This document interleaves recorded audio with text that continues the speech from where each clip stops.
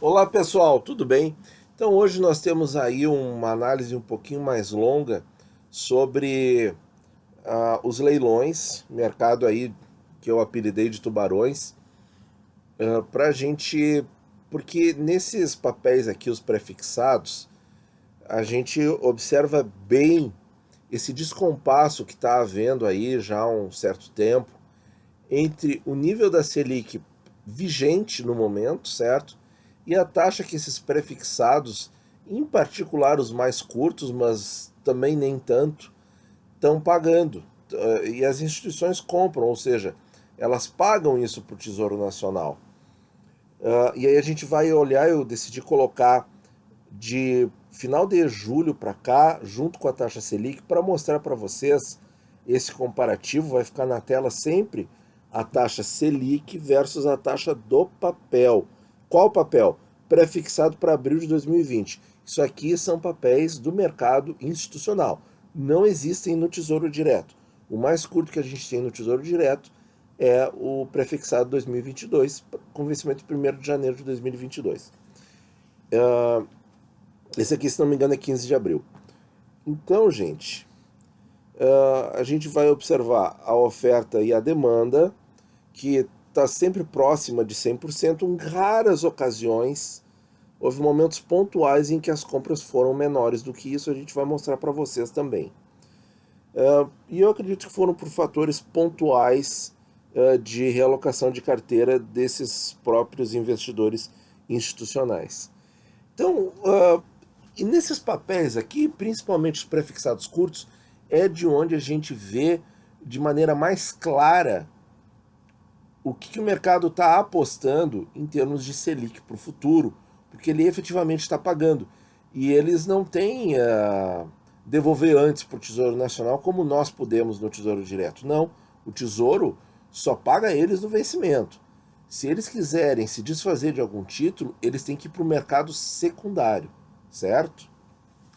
E aí eles vão ter que obedecer a quem? Vão ter que obedecer a formação das taxas no mercado.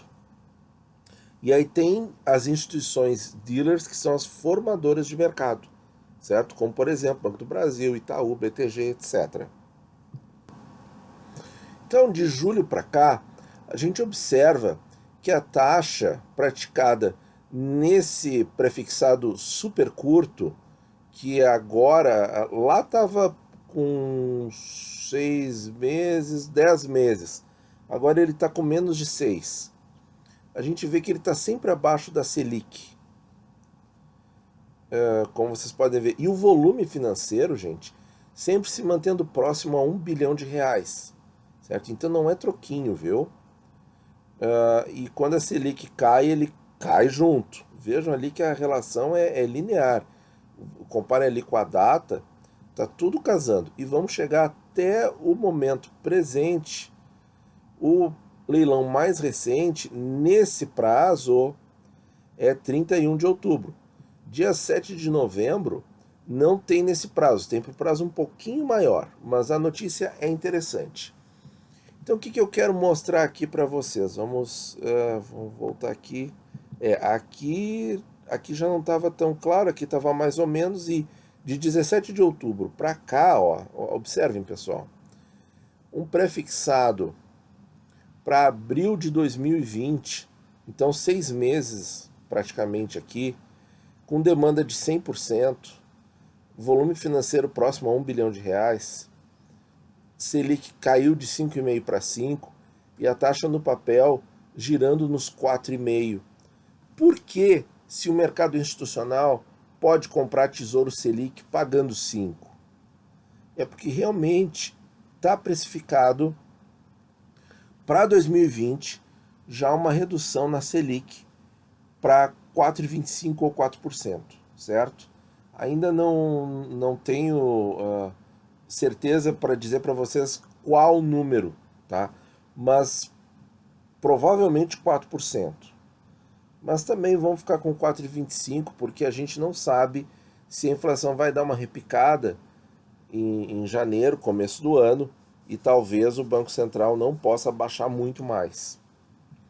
Mas assim, tá claro aqui, tá claro que eles estão precificando uma Selic abaixo de 4,5, que é o patamar que o Banco Central já se comprometeu nas suas atas. Agora vamos ver o próximo papel. Deixa eu ajeitar a tela aqui para nós. Que é... Ah, daí a data fica embaixo, perfeito. Que é o papel... Vejam que esses leilões aqui de prefixados ocorrem toda semana. Toda semana o governo federal faz captação, o Tesouro Nacional consegue com sucesso fazer captação no mercado institucional de vários bilhões de reais, certo?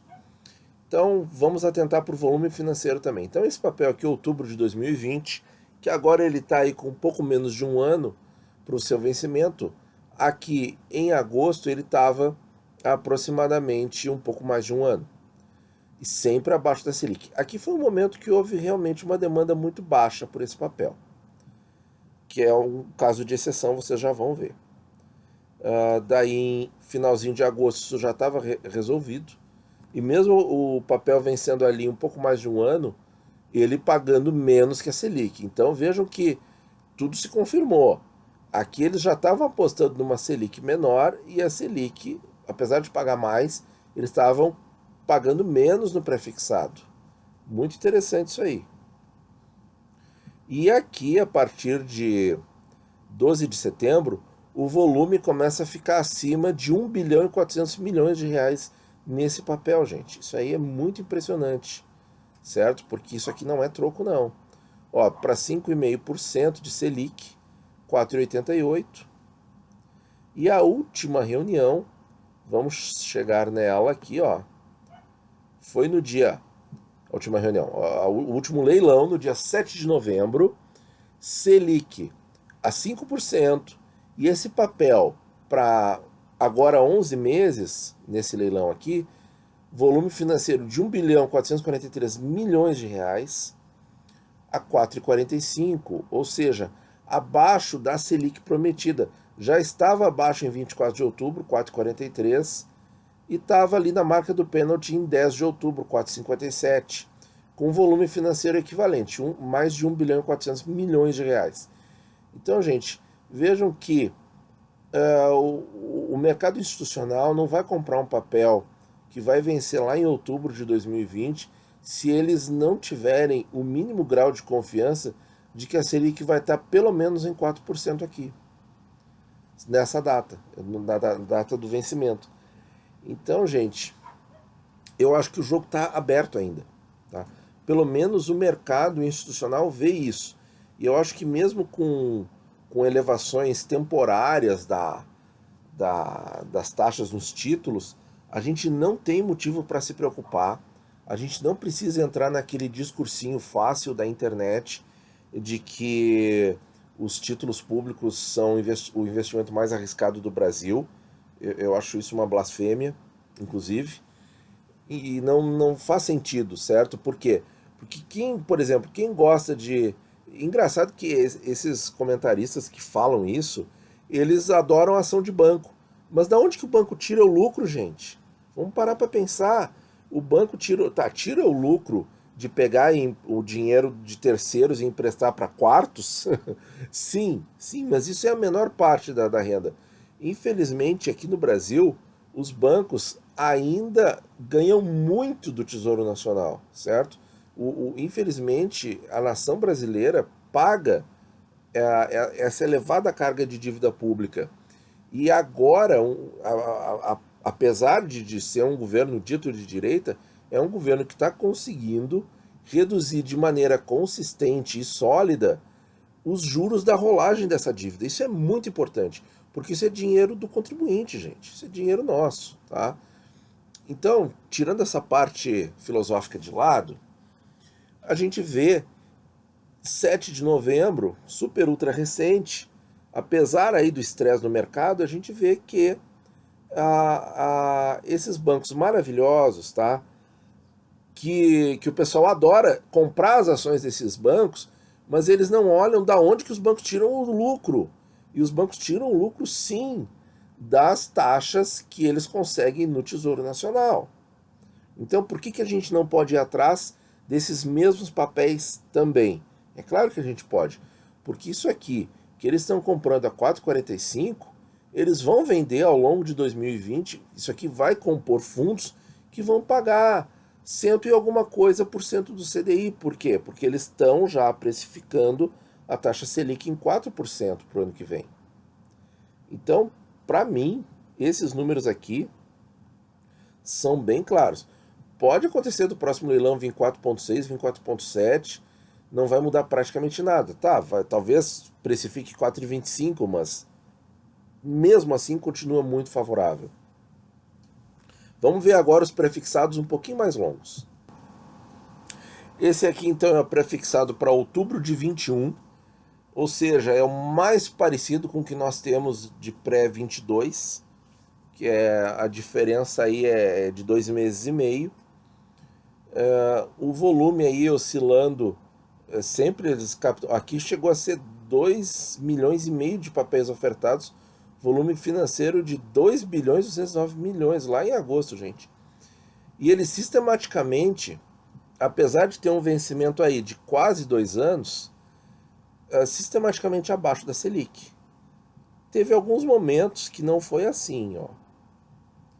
Quando a Selic estava lá em 6%, agosto foi um mês de desempenho ruim para o Tesouro Direto, a taxa ali chegou a ser negociada a 6,24%. Mas um prêmio muito pequeno acima da Selic vigente na época. E depois só caiu, né? Só voltou a cair. Vamos ver para os últimos momentos. A gente tem aqui, ó, um prazo de 2 anos no papel e ele é abaixo da Selic de 5%. Se a crise se aprofundar, pode passar de 5% isso aqui. Mas são 2 anos, ele tem que ter prêmio, porque ele tem prazo, ele tem um prazo maior. Ele não é um prefixado curtinho, como os outros dois que a gente viu agora há pouco.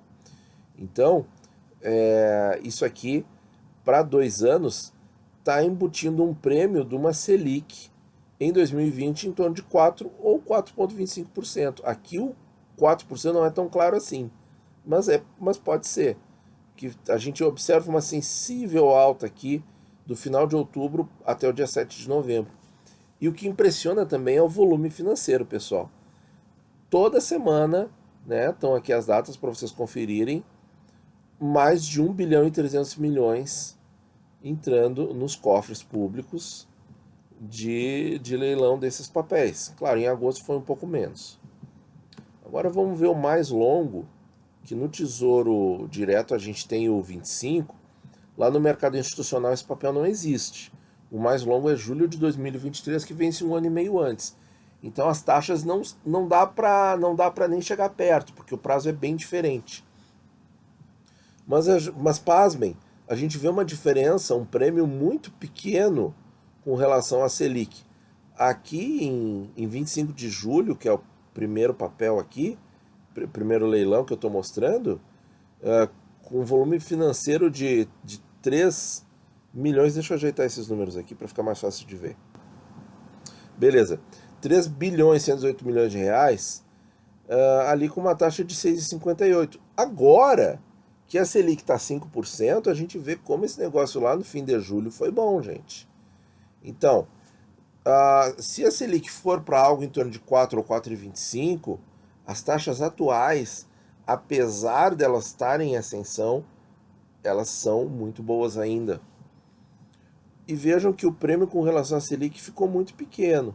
Claro, ali no momento pior dessa série no Tesouro Direto, que foi ali o finalzinho do mês de agosto, chegou a ter 1% acima da Selic vigente, mas é um prêmio pequeno, né? Vamos combinar que é um prêmio pequeno por um prazo aí de quase 4 anos.